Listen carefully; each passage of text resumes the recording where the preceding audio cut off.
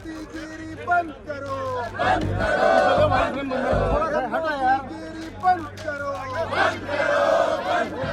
लोकतंत्र का हत्या बंद करो,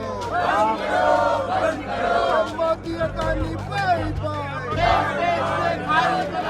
Modi Adani bye bye, Modi Adani bye bye.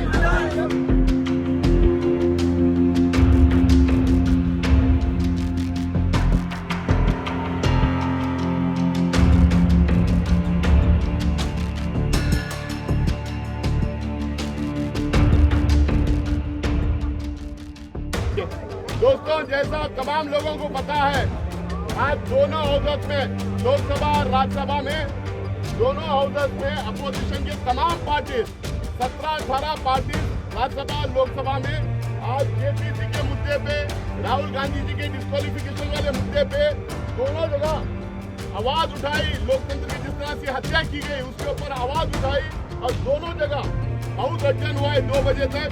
और सारे पॉलिटिकल पार्टीज के एमपी करीब 150-200 एमपी इकट्ठा होके काले कपड़े पहन के ब्लैक डेमोक्रेसी मनाते हुए, ब्लैक डे मनाते हुए सारे लोग पैदल मार्च पहले गांधी प्रतिमा पे गए, वहाँ पे अपना प्रोटेस्ट रजिस्टर किए, फिर वहाँ से पैदल चल के यहाँ पे आए हैं। तमाम पार्टीज के लीडर, फ्लोर लीडर जो यहाँ मौजूद हैं, वो अपनी अपनी बात आपके सामने रखेंगे। सभी पार्टी के वरिष्ठ नेतागण और मीडिया के मेरे दोस्तों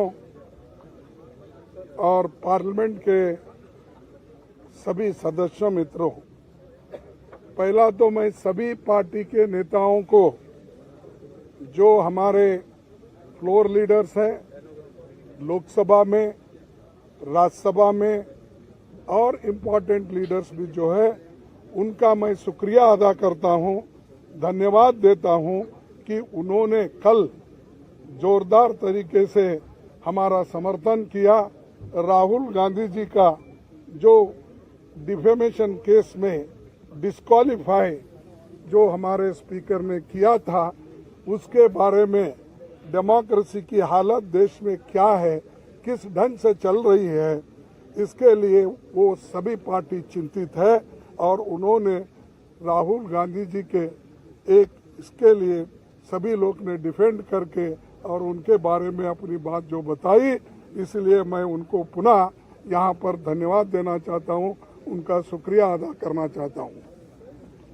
भाइयों, दूसरी चीज ये है कि आज हम काले कपड़े के ड्रेस में क्यों आए कि ये नहीं कि किसी को बताने के लिए नहीं, हम ये दिखाना चाहते हैं कि इस देश में डेमोक्रेसी को मोदी जी एक एक करके खत्म कर रहे हैं। एक तो पहले ऑटोनोमस बॉडीज को खत्म करते हुए आए, दूसरी तरह जो कानूनी तहत लोग चुनाव में जीत के आए, उनको डरा धमका के उन्होंने हर जगह अपनी सरकार बनाने में गए।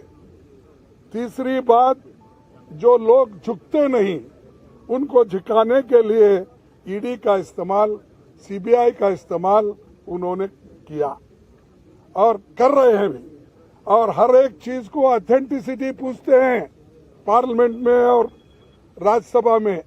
और जो ऑथेंटिक तरीके से हमने ये कहा कि देखिए ये जेपीसी का मामला है, सभी लोग डिमांड कर रहे हैं, जो व्यक्ति अडानी जिसकी संपत्ति पहले 3,000 करोड़ थी, उसके बाद उसकी संपत्ति 50,000 करोड़ बन गई, फिर उसके बाद उसकी संपत्ति 2 लाख करोड़ बन गई, लेकिन 2.5 साल में उसकी संपत्ति 12 लाख करोड़ बन गई।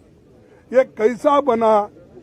इसके लिए राहुल गांधी जी ने पार्लियामेंट में चंद प्रश्न पूछे।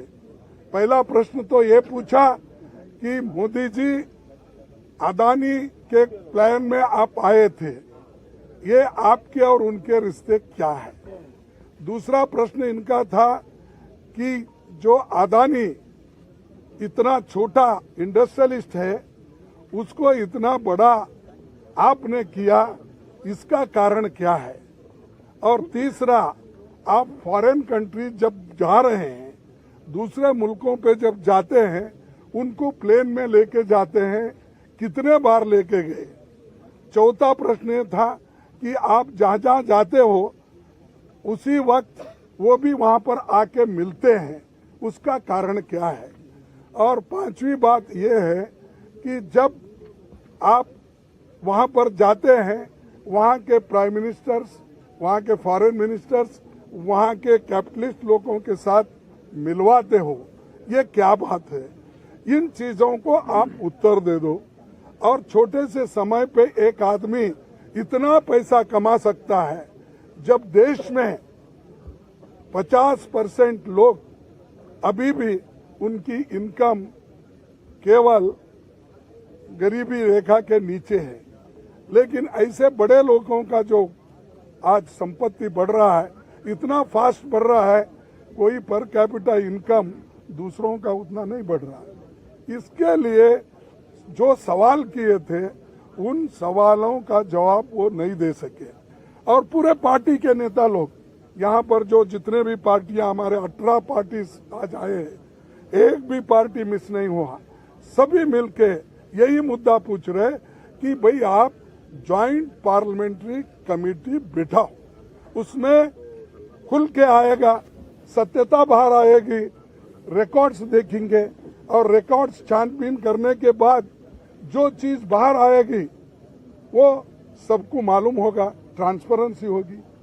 और आपको ये भी मालूम होगा कि हम जो ये डिमांड कर रहे हैं, ये डिमांड क्यों कर रहे हैं, ये भी लोगों को मालूम होगा।